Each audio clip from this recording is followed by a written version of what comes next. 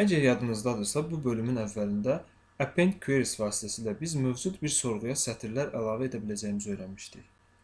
İndi isə daha fərqli bir hədəfimiz var. Çünki biz mövcud bir sorğuya bir və ya bir neçə sütun əlavə etmək istəyirik. Hazırda əlimizdə regionlarla bağlı 3 sorğu vardır. Dim region sorğusu, code country region sorğusu və region names adlı sorğu.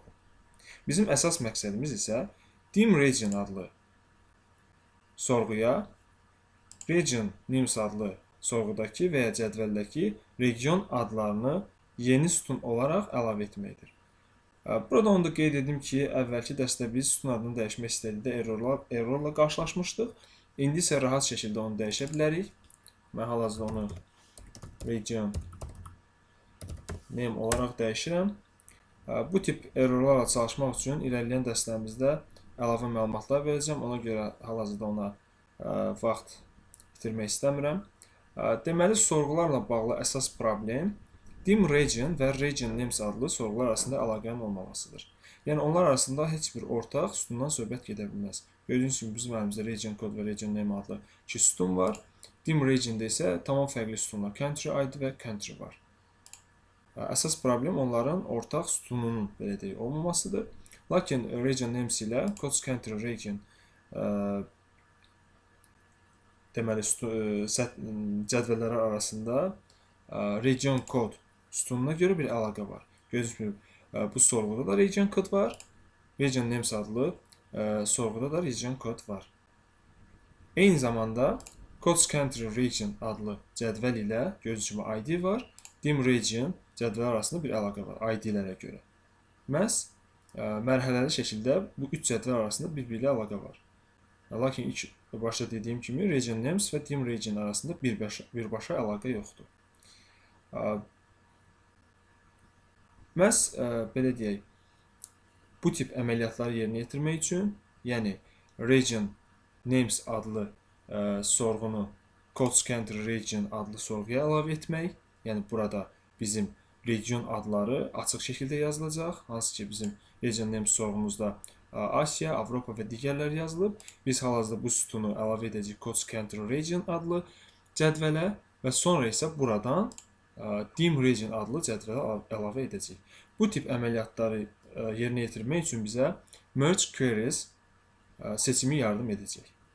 Onu biz home tabında combine hissəsində görə bilirik. Hal-hazırda gördüyünüz kimi merge queries var. Lakin ilk növbədə mən istəyirəm slayd üzərindən biz nəzəriyyə ilə tanış olaq. Odur ki, hazırda mən slaydı açdım. Cədvəlləri və ya sorğuları birləşdirmək əslində sadə əməliyyatdır. Çünki məqsəd əlavə sütunlarla yeni cədvəlin yaradılmasıdır. Yəni, iki fərqli sorğudan gələn dataları birləşdirməkdən söhbət gedir. İndi isə misal üzərindən biz davam edə bilərik. Gördüyünüz kimi əlimizdə query 1 və query 2 adlı iki sorğumuz vardır. Sorğunun strukturuna nəzər saldıqda hər bir sorğunun daxilində fərqli datalar saxladığını biz burada görə bilirik. Yəni, ilk sorğuda məhsullarla bağlı məlumatlar var, digər sorğuda isə müştərilərlə əlaqəli məlumatların olduğunu görə bilirik. Lakin hər iki sorğuda ortaq bir sütun, yəni Customer ID sütunu var. Məhz bu sütun vasitəsilə biz bu iki sorğunu bağlayaraq yeni bir sorğu yarada biləcəyik. Daha bir vacib məqam isə ikinci sorğudakı Customer ID sütununun unique, yəni bənzərsiz olmasıdır. Lakin ilk sorğuda bu belə deyil. Gördüyünüz kimi Customer ID burada 2 nömrəli Customer ID 2 dəfə təkrarlanmışdır. Lakin bu tip quruluşda biz artıq belə deyək, Max adlı müştərinin 2 məhsul, yəni həm televizor, həm də telefon aldığını bilirik. Customer ID deməli 3 olan müştəri manueldir və onun aldığı məhsul isə notebookdur. Əgər ikinci sorğuda, yəni yenə bir üçüncü sətrimiz olsaydı və həmin Customer ID 3 olan müştərinin adı Alex olsaydı, bu birləşdirmə çalışmayacaqdı. Çünki bu kimi halda hansı müştərinin hansı ID-yə mənsub olduğunu biz bilə bilməzdik. Yəni, çünki demişik ki, ID dəyəri bənzərsiz olmalıdır və bir nəfərə və ya bir obyektə aid ola bilər. İndi isə bu iki sütundan istifadə edərək birləşdirmə, yəni merge əməliyyatını edə bilərik. Gördüyünüz kimi qarşımıza yeni bir sorğu çıxmış oldu. Nəticədə bu sorğuda həm birinci, həm də ikinci sorğunun məlumatları vardır. Tam olaraq əsas hissədə birinci sorğunun məlumatları var. Gördüyünüz kimi birinci sorğu tam olaraq 3 sətirdə burada əlavə olunub və digər sorğudakı əksik məlumatlar isə bura əlavə edilmişdir. Yəni name və həm müştərilərin adları bura əlavə edilmişdir. Yəni nəzərə olaraq merge əməliyyatı belə çalışır. İndi isə layihəyə qayıdaq və əməliyyatı ora tətbiq edək. Hazırda mən Code Country Region adlı sorğudayam, gördüyünüz kimi. Çünki bayaq da dediyim kimi region adlarını bu sorğuya əlavə etmək istəyirik. Home tabında Combine hissəsində Merge Queries seçdikdə qarşımıza 2 seçim çıxmış olur. Merge Queries ilə seçdiyimiz sorğuya sütun əlavə edə bilərik.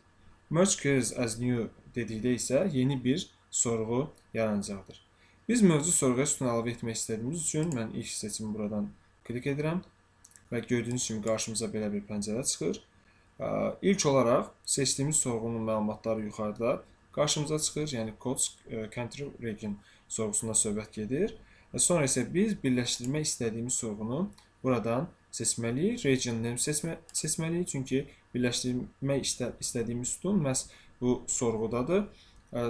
Bundan sonraki əməliyyat isə həmin ortaq sütunların seçilməsi olacaq. Biz burada region code və region code hər ikisini seçirik. Gördüyünüz kimi bir aşağıda da təsdiq işarəsi gəldi və hal-hazırda çalışmağa hazırdır. Bayaq da qeyd elədiyim kimi sorğulardan birində dəyərlər unique, yəni bənzərsiz olmalıdır. Yəni əgər hansısa bir dəyər təkrarlanarsa, bir problemlə qarşılaşacaqsınız. Sonraki mərhələdə isə biz bu join kind hissəsinə toxunuruq. Hal-hazırda mən ora klik etdikdə gördüyünüz kimi joinlərlə bağlı 6 seçim qarşımıza çıxır. Yəni 6 birləşdirmə növü var. Hər birinə ayrı-ayrı toxunmaq üçün növbəti dərsdə görüşənədək.